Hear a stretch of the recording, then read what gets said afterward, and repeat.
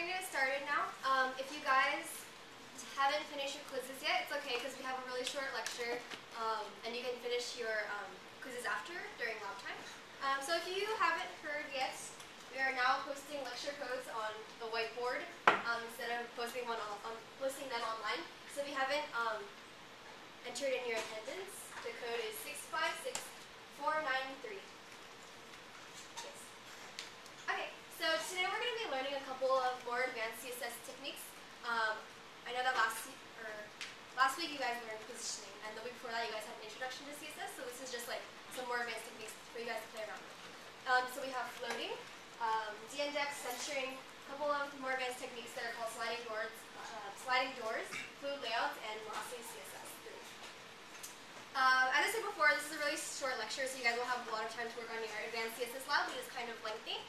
And I believe that the first part of mini project 2 was posted during the weekend, so you guys can get working on that because that's due next week. Okay. So last week you guys learned about positioning. So can anyone tell me how we can achieve this kind of horizontal layout? Like, to keep in mind that divs are usually stacked vertically by default. So how do we achieve this kind of horizontal layout with what you guys learned last week? Does anyone know? No.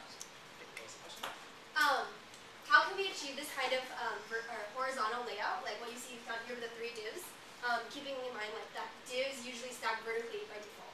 So this is what you guys learned last week. Remember relative, absolute, fixed positioning? Anyone know? Oh yeah, this is the floating section. Okay, so you shouldn't know about floats yet. But how would you do this with like positioning? Like absolute positioning? Yeah. Well, you could do it with absolute positioning. Okay, how would you do it with absolute positioning?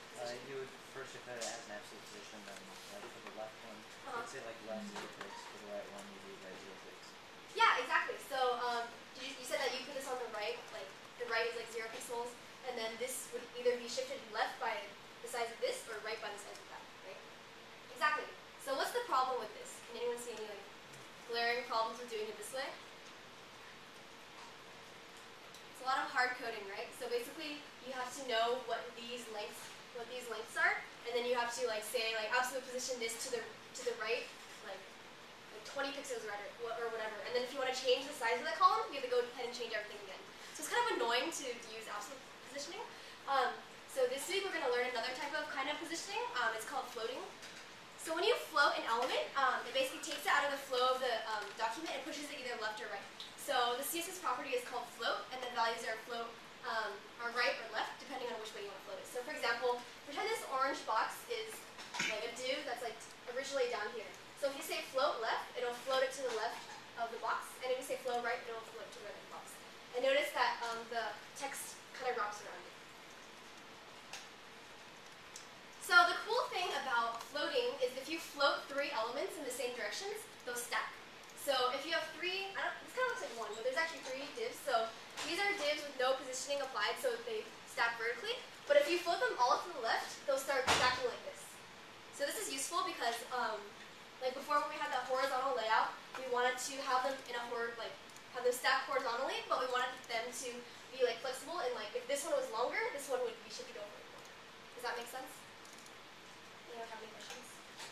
Floating is kind of a tricky. You said there's 3 divs? Yeah. Oh, I don't know if you can see that. Oh, sorry. My name is. Yeah, there's 3 divs. So 1, 2, and 3. Did you have a question? Yeah. When you say float left, does it automatically do float top left by default? Yeah, or float left, and if there's nothing on top of it, that's a floated element. Because it takes it out of the flow of the entire document, so it is not aware of anything else that's not floated. So it'll go to the top left. Yeah. But as you pointed out, if you have multiple elements and there's not enough room for it, like pretend this was floated and this was floated, then it'll be on the next line, depending on like where it can fit. And when you scroll, those will move, right? Oh, they don't move. So they're like actually, yeah, they move, sorry. Yeah, they move. So it's not like fixed positioning where if you scroll they stay there. These are like in the page. So they're like, they stay there like regular elements. Did you have a question? Wait, so what if you have like a nested div? Like div inside a div? Oh, they'll float. The question was, what if you have a nested div? So those divs, like if you had something in here, it would go along with it. So the outer div floats, and everything inside is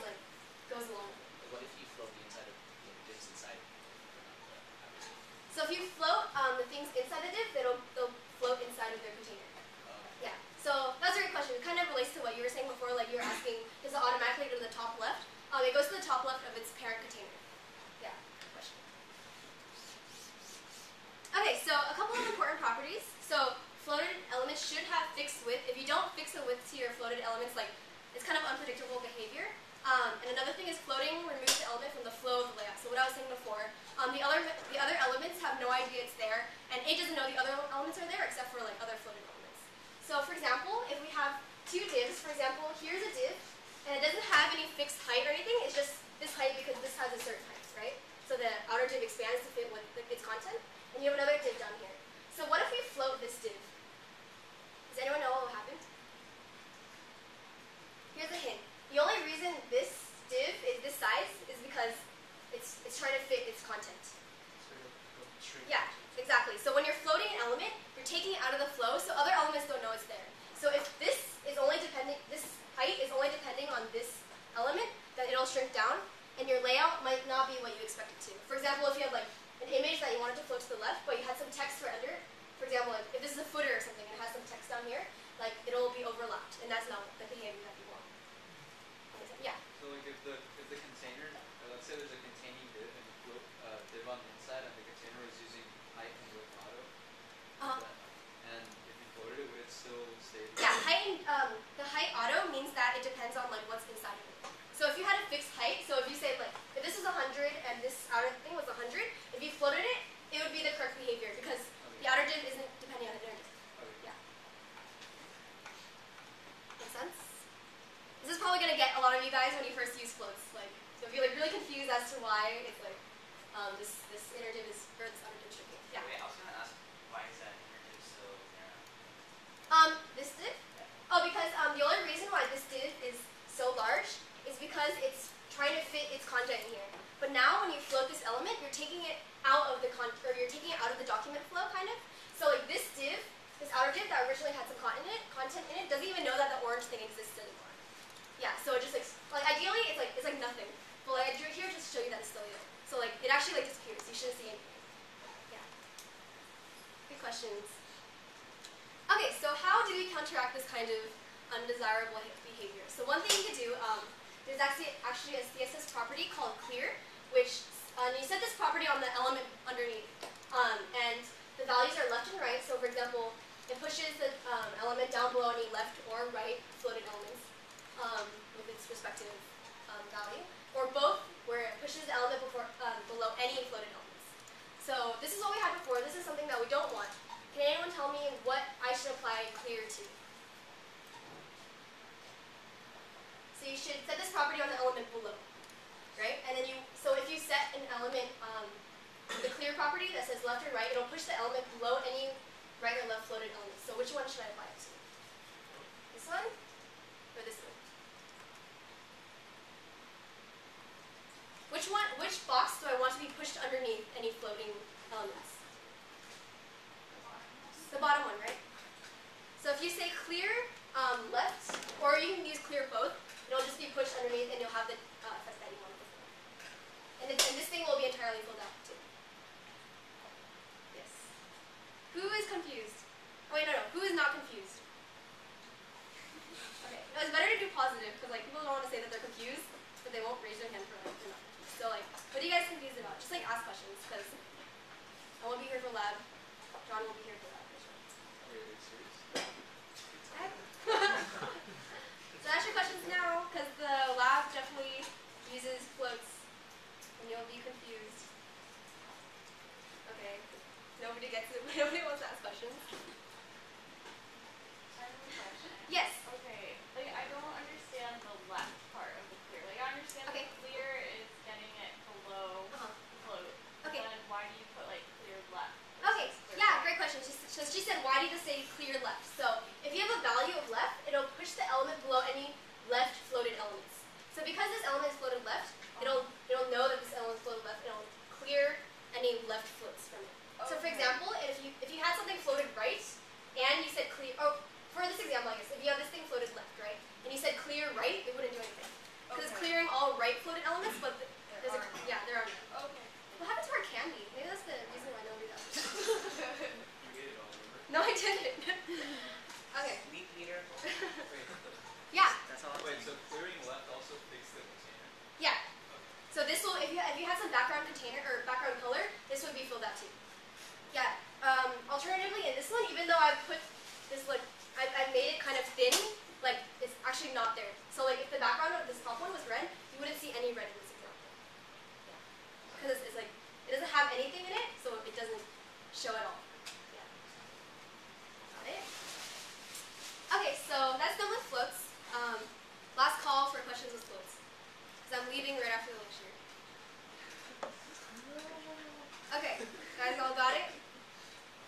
Any questions for you during lab? Alright. Okay, so next we have z-index. So last week I believe your lab was to kind of do this, do you guys remember your lab last week with like, there was like 2 sections and they had this coffee cup, which was supposed to be in the middle of the content? Maybe not. Okay, so, well, the way you position that in the middle of the way you position the coffee cup or whatever you want to be in top, in the middle of these 2 divs was you applied some kind of like negative margin or like did some absolute positioning from the side, right? To make it go on top. But a lot of you might have seen the problem that when you position it like that, it actually goes underneath the top div. So how do we fix that? Because you want to be able to see our pictures. There's a property that's called z-index, which is kind of what it sounds like. It's a property to specify which elements kind of go on top, like more closer to you on the screen. So it's kind of like there's like a x coordinate and a y coordinate, and the z is coming towards you. So the higher the z value, the more the closer it is to you. So you say that by you give any element like z-index and some integer value. So for example, here I'm giving this a z-index of 15. So that therefore shows. But from this point of view, no matter what integer value you give it, it should all be on top though. Because it'll always be further this way than the x and y, which are like horizontal. Yeah, so if you get some on a screen, x and y are 2D, whereas z is 3D. So your 3D coordinate, no matter what number it's 10 or 15, is that very arbitrary? Yeah, it's arbitrary. So you put whatever. It's just like relative, or yeah, it's relative to other ones. So it doesn't matter like if you make it, if your other elements are 1, it doesn't matter if you make this top one like 1,000 or like 5,000 or 2. It's relative. It's relative. But like if you're having a lot of stack things, it might like you might want to like have some space between them in case you want to put something in between them. So like if you have like 1, 2, 3, and then you want to insert something in between, you have to like go and like relabel all of your indexes. Two questions? Oh, I thought it was like, so there could be like 15 different layers? Like Yeah, you can have as many as you want, and then this kind of specifies which ones should be closer to you, like the ones that you see first. Yeah. If you don't specify z-index for one of them, and for another one you say like it's minus like will it go underneath everything? Yeah, the minus one will go underneath. So as far as I know, they can be negative or positive, and there's no limit except for like how many numbers can fit in like a 32-bit number. Or like, yeah, say that.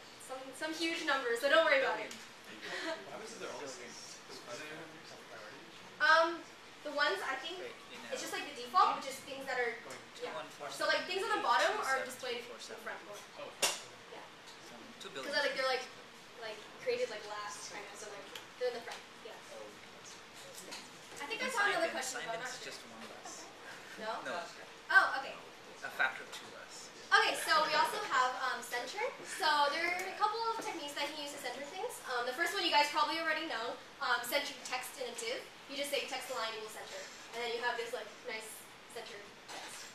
You can also center a div. I think people were asking about this in the last couple of labs. They wanted to know how to center a div, both for like layout purposes. Like if you want some like content centered in the middle, you can center the div. And you just say margin auto. And what this does is, do you guys remember what margin is? What's the difference between margin and padding?